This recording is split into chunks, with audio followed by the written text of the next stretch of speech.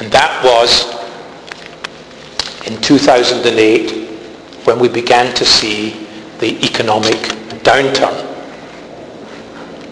It first came in housing, when some countries, the US and my own, the UK, became clear that money had been lent to buy property that was hugely overvalued without proper scrutiny. The upholstery sector for households began to decline. The big moment was the 14th of September, when Lehman went bankrupt. In general, until that time, the industry had sort of felt that we would get through without too much of a problem. And then suddenly, everything came to a stop. And by January, every sector, by January 2009, every sector was hurting. The automobiles sector worldwide had pretty much come to a stop. And it hadn't been helped by the fact that the automobile industry had lots of supply chain managers who hadn't bothered to understand the fundamentals of industrial life and didn't realize that if they didn't buy the hides, they would have to go somewhere else, and that hides weren't a commodity that could be switched on and off.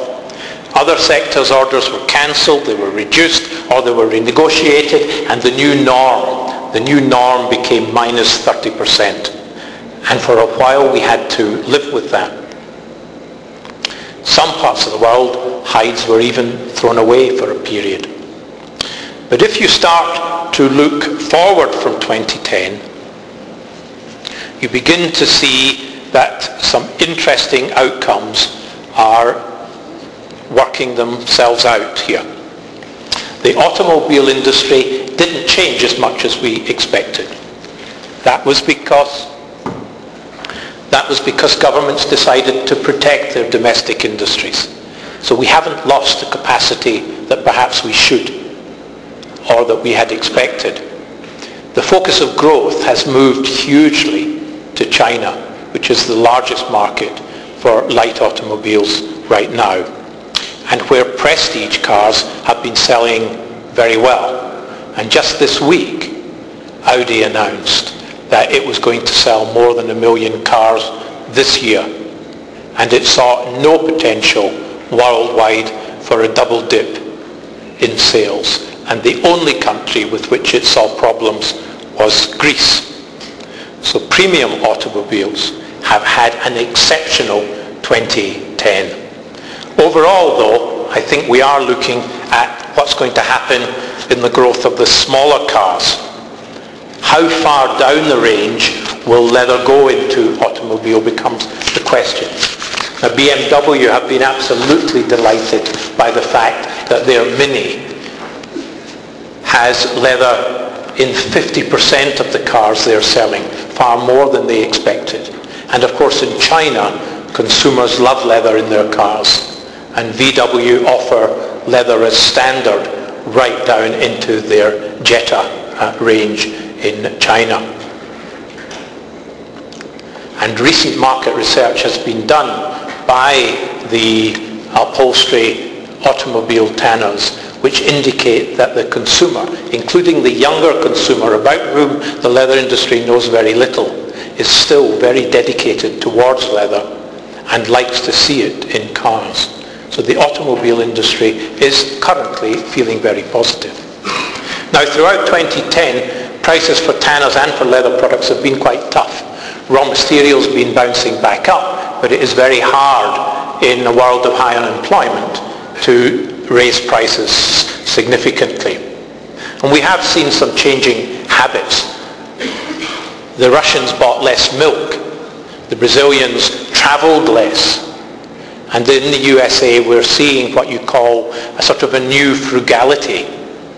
And it's playing in a curious way into what some magazines and commentators are calling the new abnormal economics, in terms of how people use their disposable income. The middle ground's become a very tough place to play, as consumers are really shopping for value. But consumers are showing they're very interested in the truly authentic, the really good running shoe, the really high quality premium handbag. They're also curious because they're saying they're poor, but they're marching into shops still to buy the $3 latte. They're queuing up to buy the newest iPhone or the newest iPad. The consumer is spending money in different ways than we might have expected, considering that we are in times of the new frugality. And then we have two types of consumers that in a way we're lost and most worried about. One is those families in the United States and certain parts of Europe who were hit by the perfect storm of high debts and their property values crashing, their pension values crashing, and their savings crashing. 30-40% of household wealth washed out just through this recession on its own. And the other group are the unemployed, 10% in the United States, 20% in countries like Spain. Unemployed people can't spend money as they used to in the past.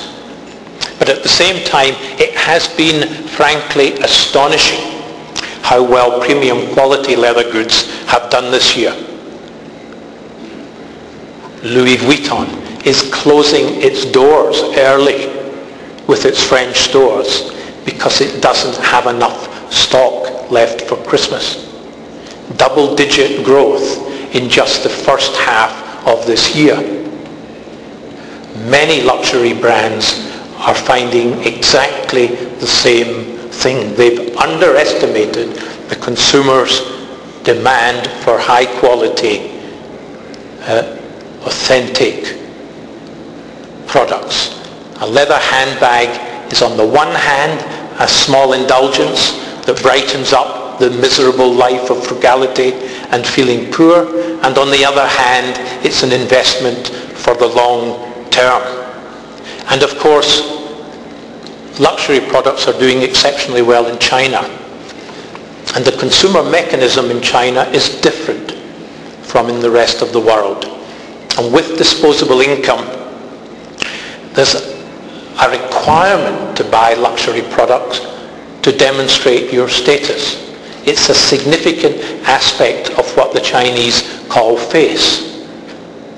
And so you find even young students, helped of course by the fact of the single parent policy is making them rich, are queuing for selected brands like the Chanels, the Rolexes, and the Louis Vuittons.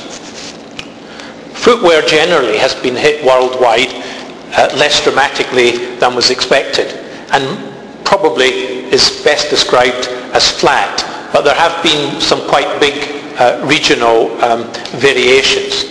I think here and in Central America there's been quite a big hit in the reduction of remittances coming from the United States, which has impacted on domestic consumption. But there's one figure in the footwear industry side of things that you do want to bear in mind, which is that the China Leather Industry Association is starting to say that they think that by 2015 the Chinese consumer consumption of footwear will move towards 3 pairs per capita. Just do the sums. Right now, Chinese consumption per capita is 1.5 pairs. Right now, the Chinese population is 1.4 billion. Start doubling that, you need 2 billion more pairs of shoes. Maybe it won't be 2015, maybe it'll be 2017, but you're talking big numbers. And are we going to see something similar in India too, which is growing? So there is a question you need to ask yourself, where will all these extra shoes come from? What's the implication going to be for China's continued dominance over the rest of the world if it has to meet an addition